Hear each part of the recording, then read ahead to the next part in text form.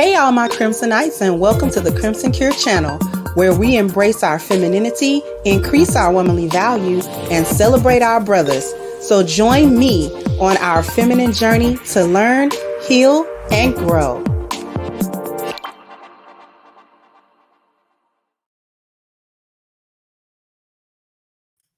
Hey, my Crimsonites, and welcome to the Crimson Cure channel. I'm your hostess, femininity coach, and author of the Crimson Cure, and this is my perspective. So we back.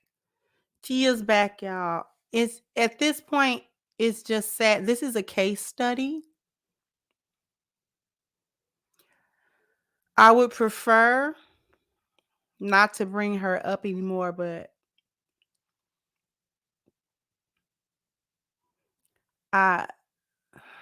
ladies, I just want to read it. It's not even a video, right? She's showing off the cheeks, baby. This is what she posts. At times, I find myself caught up in the whirlwind of life, especially when juggling responsibilities and caring for my children. The constant pursuit of life's markers of success have definitely affected me, making me truly appreciate the opportunity to hit pause during my time in Thailand. I immersed myself in self-reflection, connected with nature, embraced a new culture, and cherished moments with my family. Sharing this experience and journey with my kids held special significance for me as I aspire for them to maintain a perpetual curiosity about the world and nurture an explorative spirit. This trip served as a healing journey, allowing me to realign my priorities and delve into my fundamental purpose. The blessing of being able to do this soul searching amidst the beauty of Thailand is something I hold dear, but I am committed to incorporating these practices of slowing down into my everyday life.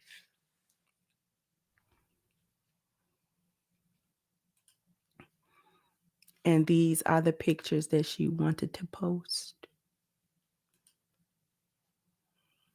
Again, she want to be saucy for everybody. Okay. She want to be saucy. She want to be seen as almost this vixen, almost this very sexually desired woman. There was a way to recapture this without leaving your husband. There was a way to recapture you.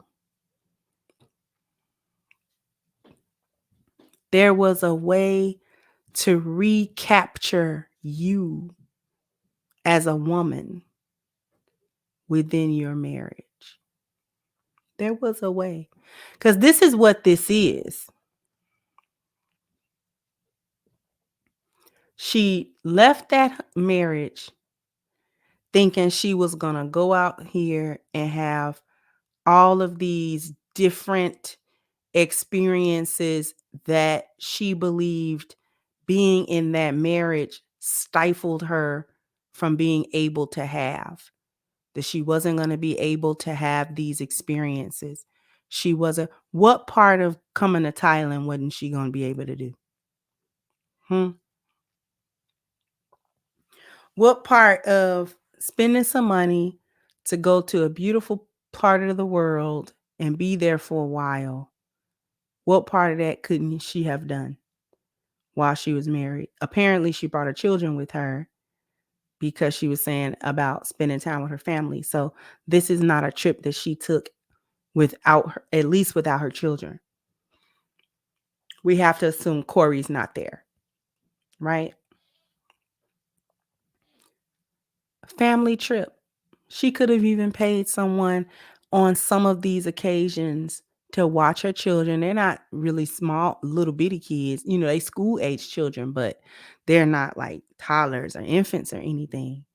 Someone watch them, a family member or someone. You and Corey, go rekindle. If that's what it was, go rekindle it. Go find it. Find the fire again. Find the passion with your husband. Find the sexiness with yourself. Find it, but don't break your marriage while you do that. There's a way, but you want to be on Instagram and you want to post sexy pictures. This is what it has come to. Excuse me. This is what it has come to. Posting, trying to be sexy on the gram. We don't need this, ma'am. Obviously, she needs to go and really figure some things out. This was not the way. This is why this is a case study, because it doesn't have so much to do with Tia personally as I want women, young, especially young women and women who are already married, to take caution here. If your marriage works, there will come a time where it becomes mundane. There will come moments where it's the routine. There will come a time where you know each other so well that it doesn't seem like there's anything else to know, nothing else to learn, nothing else to do.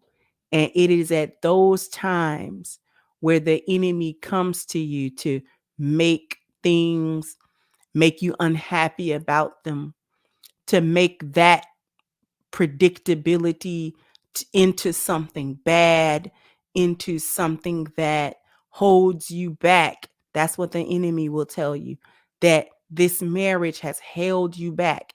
You could have had a different life had you not been married. And it's true.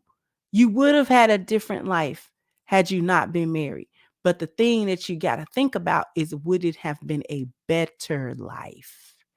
If you had, eaten toast rather than oatmeal this morning, your stomach would have had a different reaction, but would have had a better reaction. You understand? Every choice you made, there could have been another choice that would have changed the trajectory of something. But is it going to be better? Just because it is an experience that you did not have, so what? This becomes a lesson in gratitude. This becomes a lesson in counting your blessings. Because for every experience that you think you should have had, that you didn't have, that the marriage held you back from, there were a million other negative experiences that being in that marriage kept you from. For everything positive you thought you could have done, there were so many things that covering protected you from that you would never know. So this becomes a lesson in gratitude. It's gonna be that time where you're in these long relationships, these long marriages, and when they're healthy, you're gonna get to a point where it's just the everyday, just the days. But first of all, that's a good thing. Second of all, if you feel yourself getting lost in the sea of that, that's when you start having conversations with your husband. Doesn't have to be, oh, you know what I'm saying, the marriage is bad. I don't feel. It don't have to be them conversations. Just you and your husband maybe need to have some different experiences together, not apart. Not apart.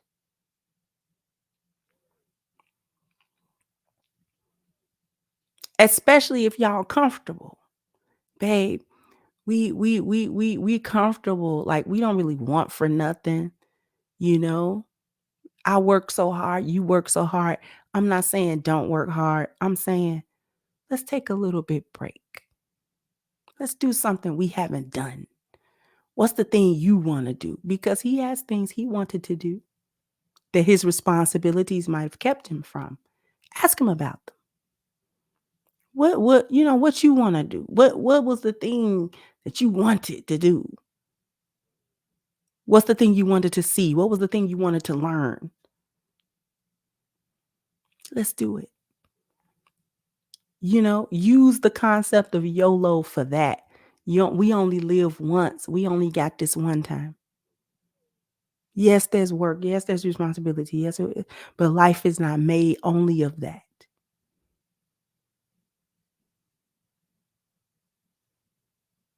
Let's grab the kids and do something. Or, this time we can leave the kids behind for a short while.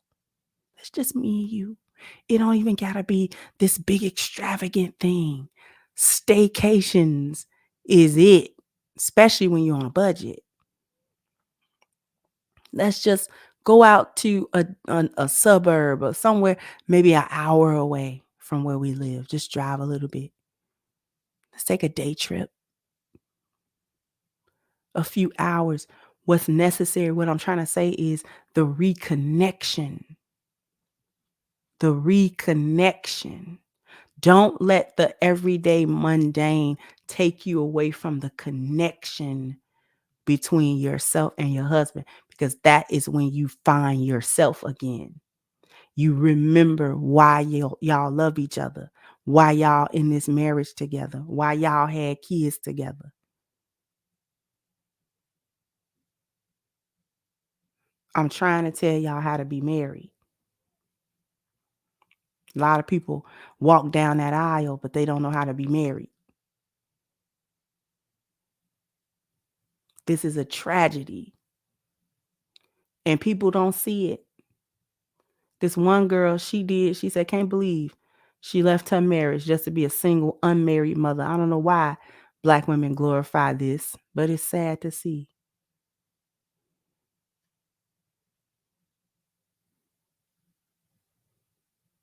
This one thinks she's cringy. This one had it right.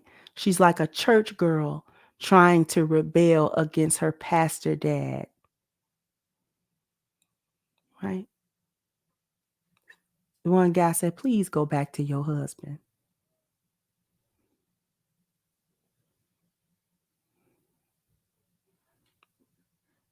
Yeah, watch this. Let it be cautionary.